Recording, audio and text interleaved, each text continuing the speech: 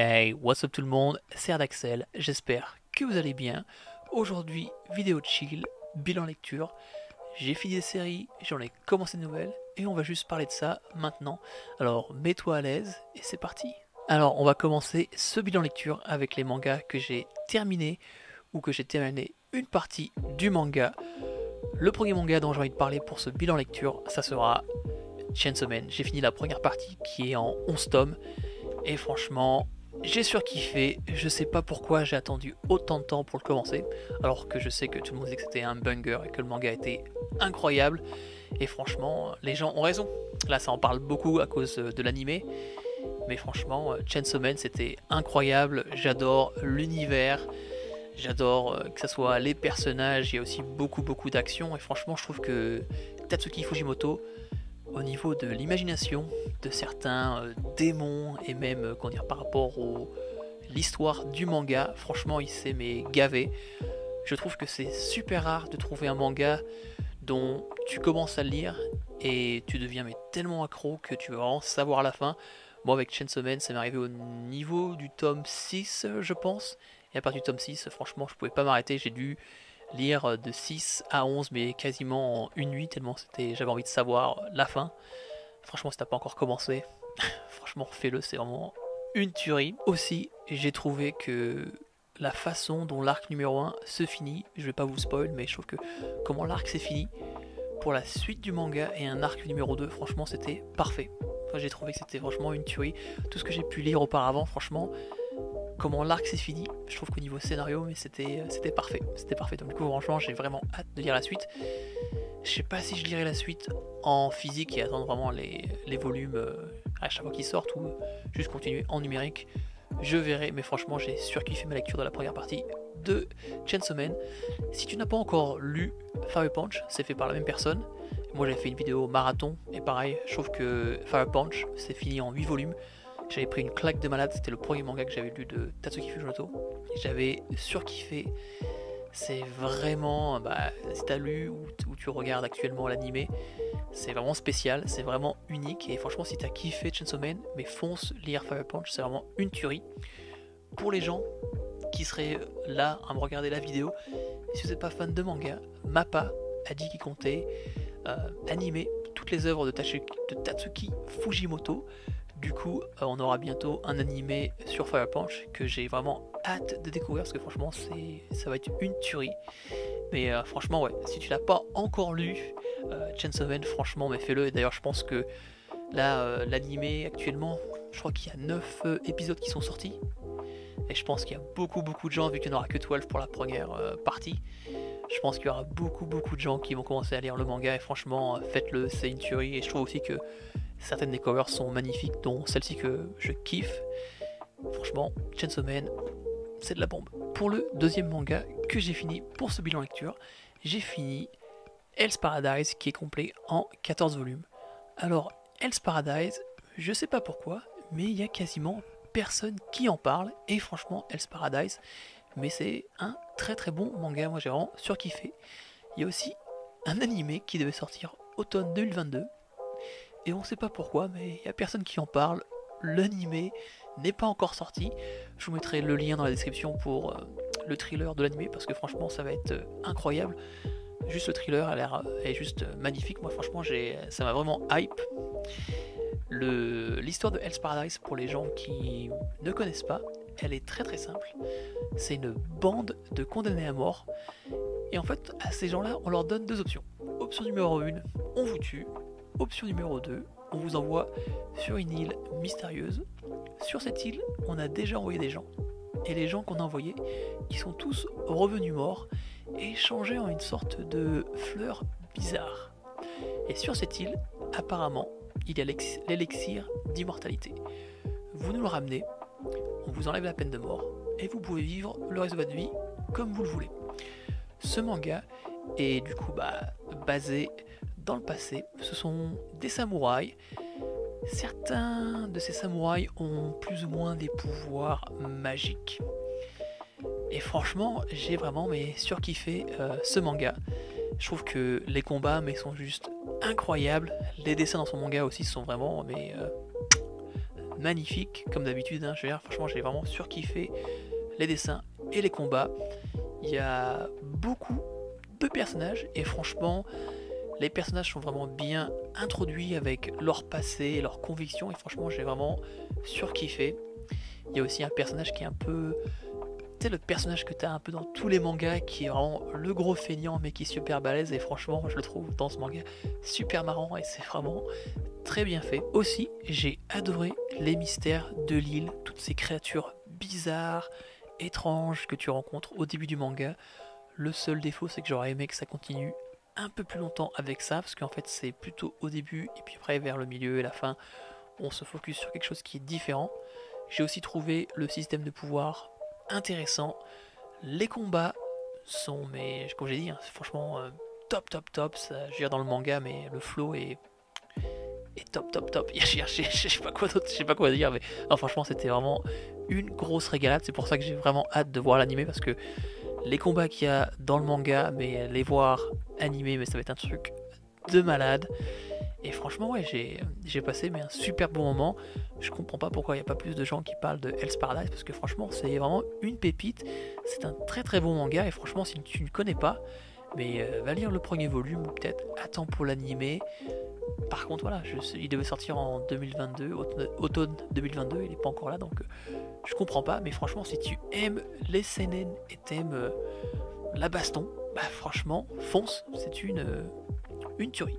Une tuerie. Pour le troisième manga que j'ai fini pour ce bilan lecture, j'ai fini l'intégrale de Tokyo Ghoul, donc la première partie qui est finie en 14 volumes, après il y a la deuxième partie qui s'appelle Tokyo Ghoul Re qui est en 16 volumes. J'ai fini Tokyo Ghoul et franchement mais j'ai pris une claque, le manga est incroyable, que ce soit l'histoire, son atmosphère, les dessins, franchement mais c'était juste incroyable et je comprends pourquoi il y a autant de gens qui acclament la série parce que franchement c'est un classique, j'ai vraiment surkiffé. Tokyo Ghoul, on vit dans une ère qui est similaire à la nôtre actuellement. Dans ce monde, il y a ce qu'on appelle des ghouls. Ces ghouls-là, elles ressemblent aux êtres humains. Elles sont 7 fois plus puissantes que les êtres humains. Et aussi, il y a un grand truc, c'est qu'elles se nourrissent exclusivement d'humains. Et dans ce manga, on va suivre Kaneki, qui, par suite à un accident, va devenir une ghoul et va devoir vivre dans ce monde où les ghouls sont chassés par les humains et vice versa. Et franchement, je vais pas en dire plus parce que j'ai pas envie de vous gâcher l'histoire. C'était incroyable. Franchement, je trouve que ça soit, comme j'ai dit, l'histoire et les dessins, mais franchement, je trouve que les dessins sont juste magnifiques. Franchement, je sais que je dis toujours ça, mais là, franchement, les dessins avec l'univers, mais c'est juste incroyable. Si tu n'as pas encore lu Tokyo Ghoul, mais franchement, commence, c'est incroyable.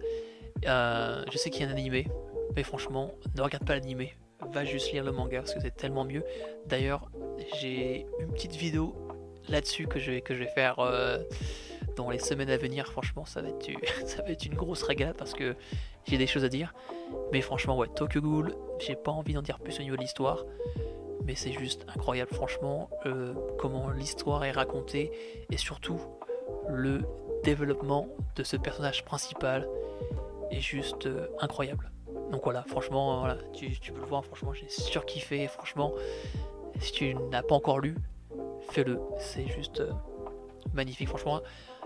Il sera facilement dans mon top 5 des mangas que j'ai lu actuellement. Franchement, c'était incroyable. Pour le dernier manga que j'ai fini pour ce bilan lecture, j'ai fini l'intégrale de Dementia 21 qui est fini en 2 volumes dans ses grands formats, c'est la version anglaise. Ce manga, franchement, gros kiff. Si tu aimes Junji Ito, bah en fait c'est un peu dans le même délire. En fait, c'est un recueil d'histoires courtes qui est fait en 2 gros volumes. Et en fait, dans ce recueil d'histoires, on va suivre notre personnage principal, qui est une aide-soignante, mais qui s'occupe principalement de personnes âgées. Et franchement, comme un peu de Junji Ito, c'est des histoires d'horreur. L'auteur, a un humour noir qui moi résonne avec moi, franchement, mais j'ai surkiffé. J'ai beaucoup rigolé parce que ça part vraiment très loin et j'ai passé franchement un super moment.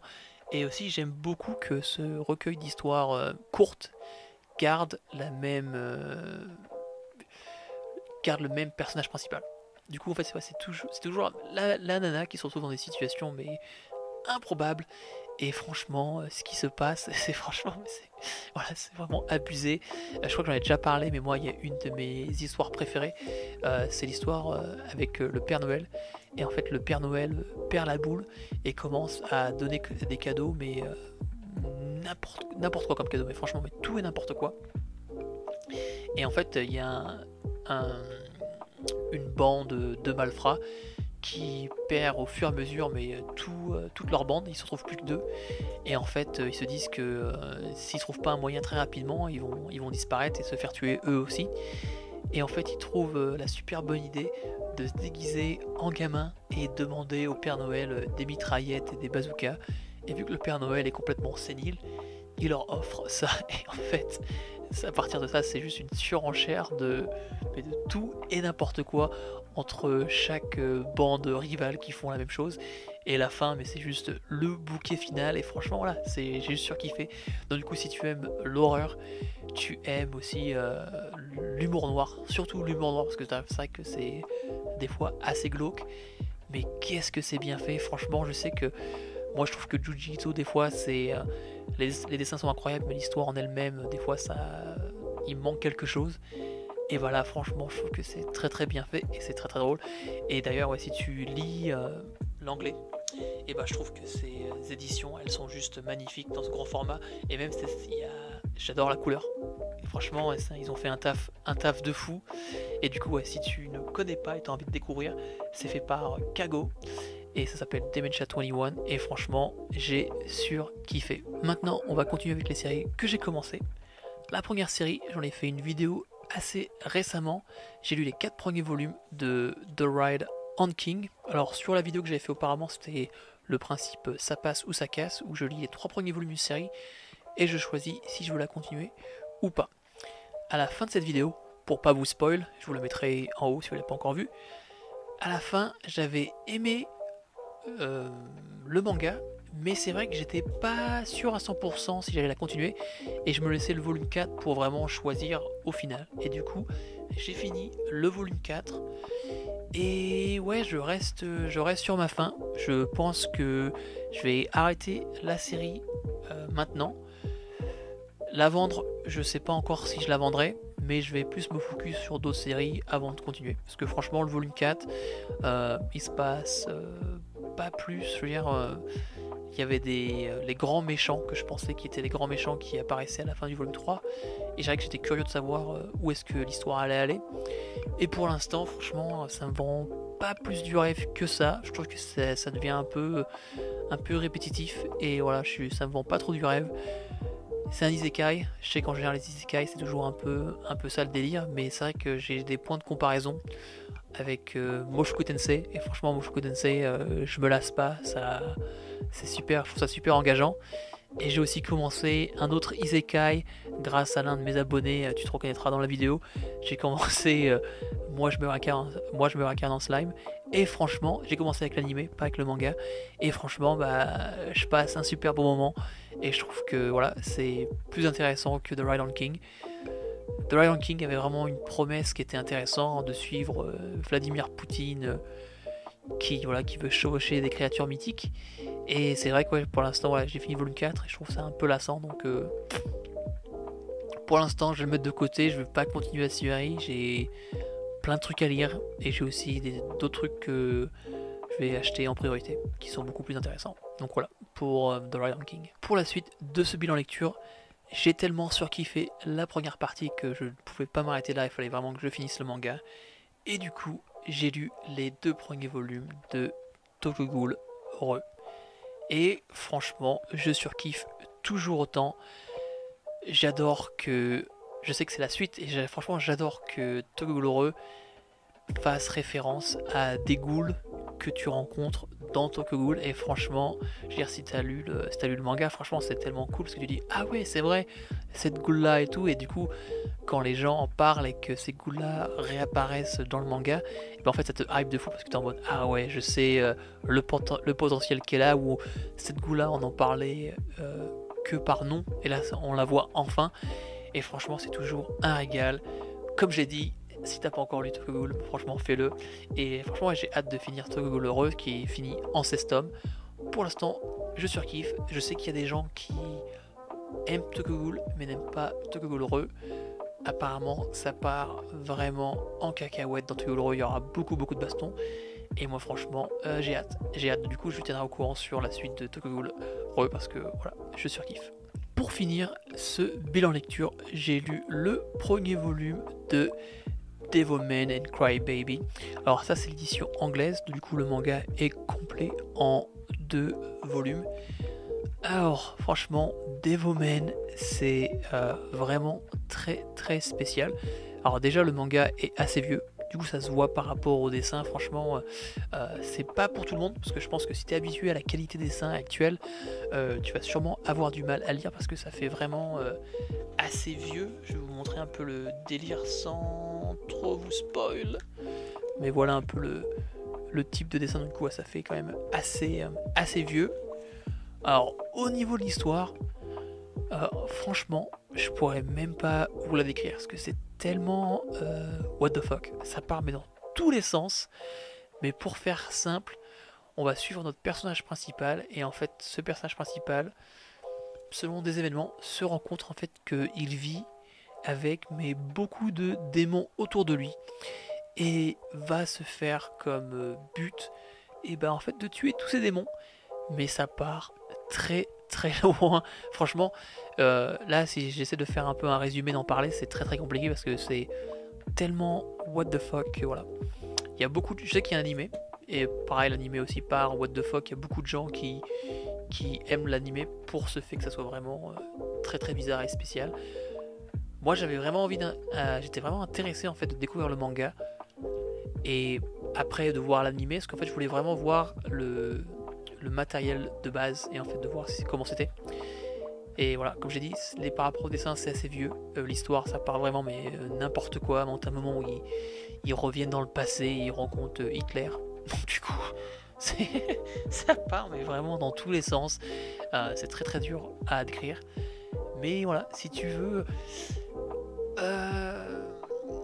pour parler par rapport à est-ce que j'ai apprécié l'œuvre, franchement en fait c'est bizarre parce que je suis intéressé parce que c'est tellement bizarre et what the fuck, mais en même temps c'est tellement what the fuck que c'est aussi dur à apprécier, tu vois. Donc en fait j'ai envie de finir la série parce que du coup elle est dans l'édition anglaise qui est d'ailleurs je trouve très belle. Elle est complète en 2 volumes, du coup il m'en manque un pour finir l'histoire, et du coup en fait c'est tellement what the fuck et je suis tellement proche de la fin que j'ai envie de savoir la fin. Mais je ne recommanderais pas ce manga pour tout le monde. Si t'es quelqu'un qui est vraiment passionné par le manga et qui veut vraiment découvrir des mangas qui sont assez vieux, qui sont considérés comme des classiques, franchement fonce. Si t'es pas plus intéressé que ça, peut-être regarde l'animé, qui je crois est sur Netflix, comme ça au moins tu seras pas déçu, tu n'auras pas dépensé de la thune. Je lirai le deuxième volume pour finir l'histoire, et je vous mettrai un avis plus global. Mais pour l'instant, ouais, l'histoire est vraiment bizarre. Les dessins sont vraiment datants. Tu le sens vraiment que c'est vieux, quoi. Que c'est vieux. Mais après, ouais, c'est vrai que c'est what the fuck. Et voilà, je tourne en rond. Parce qu'en fait, je trouve que c'est tellement compliqué d'en parler. Mais voilà, si t'es curieux, Devilman et Crybaby, regarde l'animé. Et si tu parles anglais, encore une fois, je trouve que l'édition anglaise est très belle. Voilà, c'est la fin de la vidéo. Dis-moi dans les commentaires si t'aimes ce genre de vidéos qui sont posées, j'ai pas de script, je parle juste tout seul devant ma caméra, de mon ressenti sur mes lectures. Dis-moi si t'aimes ça. Dis-moi aussi dans les commentaires si tu as lu et si tu as aimé ton ressenti par rapport au manga que je t'ai présenté aujourd'hui. N'oublie pas d'aimer la vidéo. Abonne-toi à la chaîne si ce n'est pas encore fait. C'était Erdaxel, on se voit dans la prochaine vidéo. Peace.